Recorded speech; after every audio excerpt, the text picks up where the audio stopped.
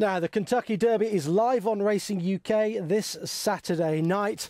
And with that in mind, there's only one man that we need to talk to. It is Mr. Mark Johnson, who, of course, is the caller at Churchill Downs. He'll be calling them home again in the Kentucky Derby. And Mark, welcome to the show. It doesn't seem like 2 minutes since we were chatting about last year's renewal. No, it doesn't. Time flies. I can't believe this is going to be my fourth Derby, Angus. And certainly, I think the first thing to say, without a shadow of a doubt, this is the classiest renewal since I've been incumbent here at Churchill Downs. Yeah, before we talk about some of the main contenders, Mark, just give us an idea what conditions are likely to be like. The weather forecast is important. Are we going to have a fast track, a wet track, muddy track? How's it going to ride? Well, on Saturday we actually had our opening night. We had a 1 hour delay between the fourth and fifth races where we had a hailstorm where the hail was somewhere between golf ball and baseball sizes. And if you don't believe me, you should take a look at the bonnet on my car, which has got about 8 dents in it. We had an hour delay for racing. The track was absolutely saturated. Since then, it has become extremely humid. I was out watching the track works this morning, and at 8:30 it was already 74 degrees and very high humidity. The problem is, the advanced forecast over the rest of the week into Saturday is that we could be expecting more heavy thunder showers. Given the humidity and the weather conditions at the moment, there will be more storms on the way. Whether they hit before, after, during the big race is, at the moment, too far away to say. But there will be more rain, certainly, and lots of humidity in the build-up to the race. OK, so we'll watch this space as far as the track is concerned. Let's talk about some of the main contenders. And there are good reports about Bodemeister, who's just edging favouritism at the moment. Apparently, he worked very well the other day on a muddy track at Churchill with Jemima's Pearl, a stable companion who goes for the Kentucky Oaks.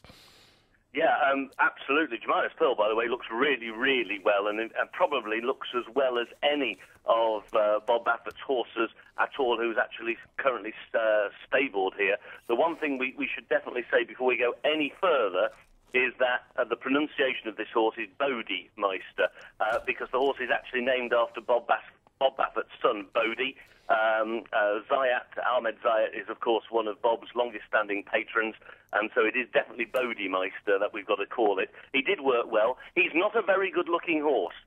He's disappointing. Now, a horse in the same trainership and the same ownership is a horse called Pioneer of the Nile, who ran a couple of years ago in this race. He didn't look very well either when he got here from California, but Bodemeister certainly is not impressive.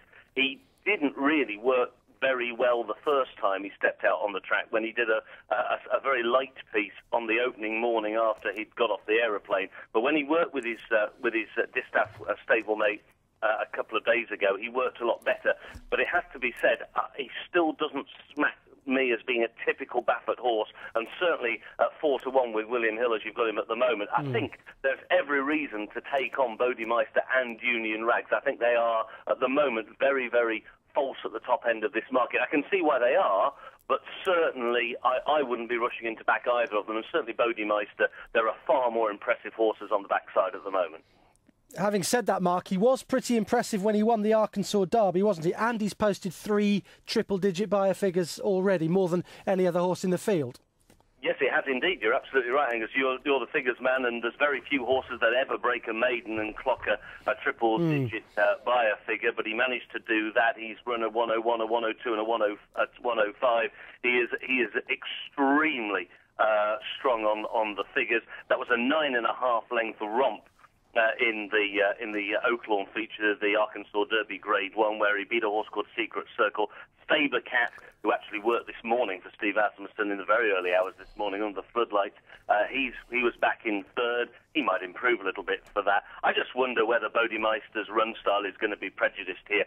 As you know, Angus, 20 runners, biggest field of the year in the United States of America. He is very much a very speedy horse. He looks to me, he actually does very much resemble a Pioneer of the Nile to me, and he travelled. If you'd stopped the 2009 Derby at the top of the lane, there was only one winner. Well, with just over a furlong and a half, 2 furlongs to go, Pioneer of the Nile wins. and he came in with a very similar profile of a shape of horse to Bodemeister, and he patently didn't quite get home. Okay, he was second, but he didn't get home, and I just think that Bodemeister's run style is going to be prejudiced. We've got a real speedball in Triniberg in this race. You've got Hansen, who also likes to go forward. There are a couple of other horses who are definitely going to be pressing him. I mean, the post-position draw is essential to a lot of horses, and you can't be dogmatic. Certainly before the post-position draw. If you want to back Bodemeister now at 4-1, I mean, you're off your trolley. Because basically, if he draws 1 or 2, he could be 14. Well, he won't be that big, but you know what I mean? He would be such a big price if he gets a bad draw, either very wide or right on the inside, because that would prejudice his run style so badly. And the one thing that is certain, he will not be the morning line favourite when the post-position draw comes, because unless Union Rags draws post-position 1, he will be Mike Battaglia's morning line favourite. Let's talk about Union Rags. What did you make of his run in the Florida Derby? Do you excuse him the run, or do you take the view that he was basically disappointing? I'll take a third view if you let me, mate. And the one I will take is he's a horse who lacks tactical speed to get himself out of trouble. That's the way that I would look at Union Rags. Because if you look back at his run in the Champagne Stakes earlier on in his career, okay, he did eventually get out of trouble, but he ran into trouble because of a lack of tactical speed. And I just thought that in his fountain of youth, he actually took a long time to go and seal the deal. Okay, he did in the end. He beat a horse called News Pending. Well done, anybody can. He beat him by 4 lengths, but he still took a long time to do it, and he had a very, very long time to get past Take Charge Indy in the Florida Derby, and he didn't. And he had all the time in the world to get past Hansen in the Breeders' Cup Juvenile here on the Churchill Downs track, and he didn't. I just think he's a horse who lacks tactical speed. The thing is, he has become the people's horse. He's become the sexy horse in America. He is the one that all the news channels, he is the one that all the sob story people are going for, and it has absolutely nothing to do with the horse. It is quite simply because he looks like, and he is trained by, the guy who trained Barbaro. And that is why he'll be the morning line favourite. And he patently shouldn't be on what he has achieved so far this year, because he's got, or over his career, he has 2 notable defeats that he should have won. No excuses in the Breeders' Cup Juvenile, and no excuses, basically, in the Florida Derby. And he patently did not manage to get past horses he should have on 2 occasions. Yeah, one thing going for him is Julien Leparoux on board. I noted that he rode 4 winners on Saturday, riding really well. Oh, yes, yeah. Julien Leparoux, multiple champion jockey here. He's always come up short in the Derby. He's had some high-profile rides that haven't worked out. He was 10th on General Quarters, which everybody thought was going to run a huge race here back in 2009. Of course, he was last leaving the gate and basically stayed on through beaten horses on Dialed In, who he just never managed to get in the race at all last year. He's got a target on his back, Julien Leparoux, in this race. He's a kind of jockey who should win a Derby, but I don't think Union Rags is a horse to give him a Derby. Let's get your opinion on Daddy Longlegs, if we could, Mark. And as we do this, we're going to show the viewers at home the UAE Derby win at Meydan. And it's also pertinent to mention his poor run in the Breeders' Cup Juvenile when he only beat 1 home. Yes, he did. He was 12th of 13. He was beaten 90.5 lengths. He didn't look at ease on a couple of mornings before the Breeders' Cup either.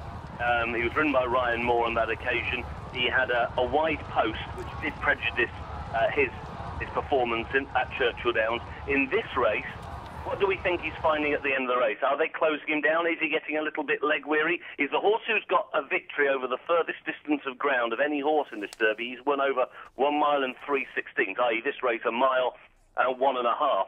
So he has actually managed to gain a victory over a longer distance of ground than any other in this race, but I'm not absolutely convinced that even he will necessarily be at his best now going up to 1.25 miles here.